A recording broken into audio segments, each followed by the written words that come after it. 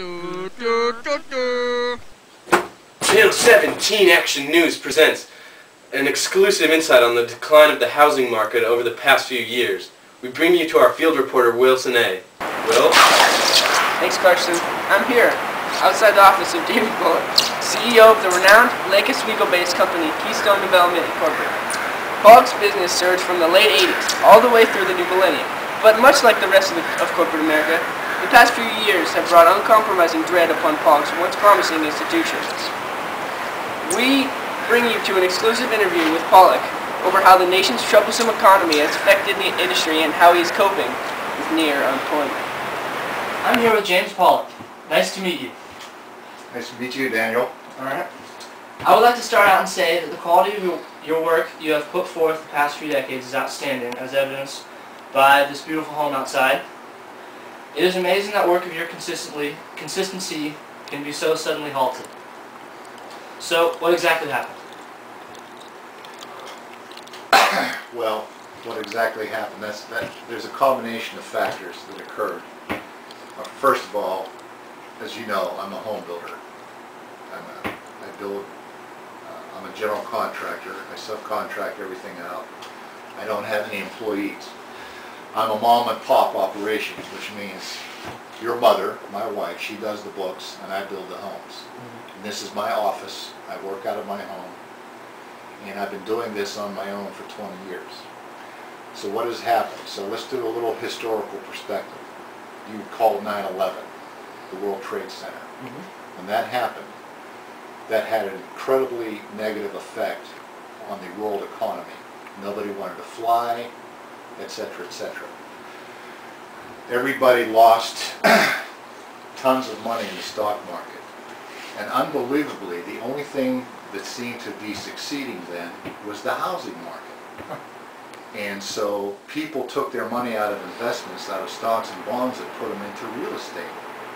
And the economist was saying, well, I don't know how much longer this can last. That was 2001, 2002, 3, 4, 5.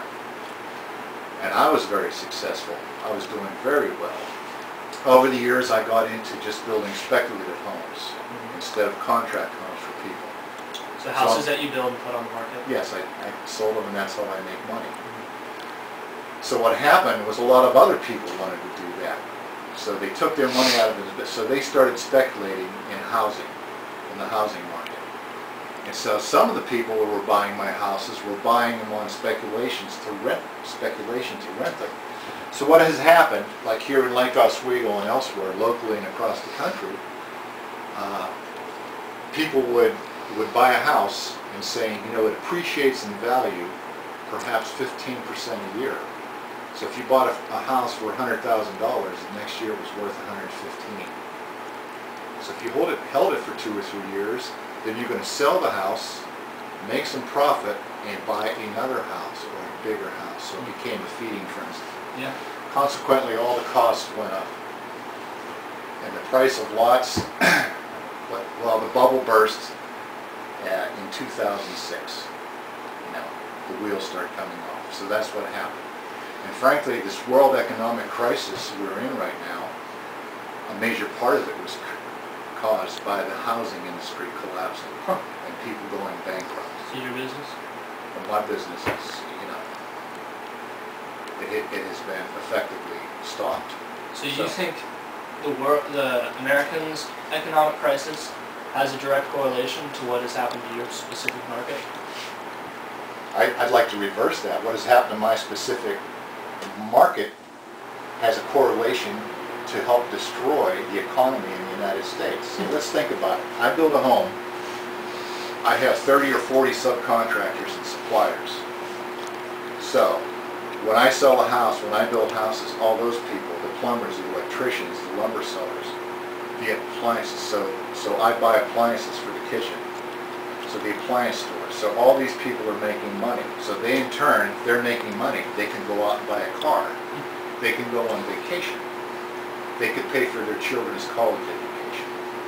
So when the housing market fell apart, all the other industries correlated to that look to me, you know, just think of how that affects every aspect of society. So if you lose your job and you can't make your house payment, then you lose your house. So to me, the correlation is, it's the sooner we get the housing market back on track, then everybody else will fall in line behind that. If I could build a home again, then I could hire people again, and they could have, so they can do all the other things that I just mentioned previously. So, at this point in time, are things getting better or worse? They're still maybe. Well, you can listen to the experts till the cows come home. And economists are always good at telling you what happened 10 years ago and 5 years ago, but nobody has a crystal ball. So apparently we haven't reached the bottom yet, so things are still going to get worse. Unemployment rate is still going to go up. However, in the last month or so, we've had some positive signs. So we could be hopeful that things will be getting better, but not yet. In the short term, I think they're still going to get worse. So how are you personally taking all this? I'm not taking it very well.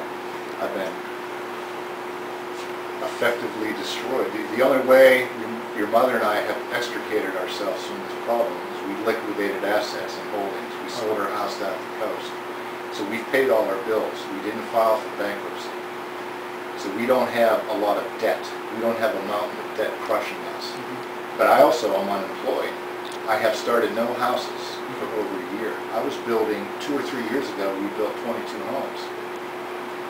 I sold 5 houses last year, started no houses last year. So I have no plans to build anything. So I'm sitting here on the sidelines, still financially intact because we still have some money. We made a lot of great decisions to protect ourselves, so we didn't get crushed by this economy. However, if things don't get better in the next year or so, we're going to be facing some really severe consequences. So how has this affected me? It's been very dispiriting and demoralizing, because this is what I do. And this is what, and I'm 60 years old and I've done this all my life. I don't think I could be retrained for another job or do something else. So do you think things are going to change in the future? Oh, they always do, yes, definitely. But when's that going to be? 2 years from now? 3 years now? We've had these cycles since the beginning of the economy, whenever we've been taking records. We've always had recessions, we always bounce back, and we will. Yes, it will get better. The key is, can you survive until those times? All right, well, thank you. You're welcome, son. It was very informative. It is evident that things in America have been bad before. This country has experienced many recessions in the past and likely will see many in the future.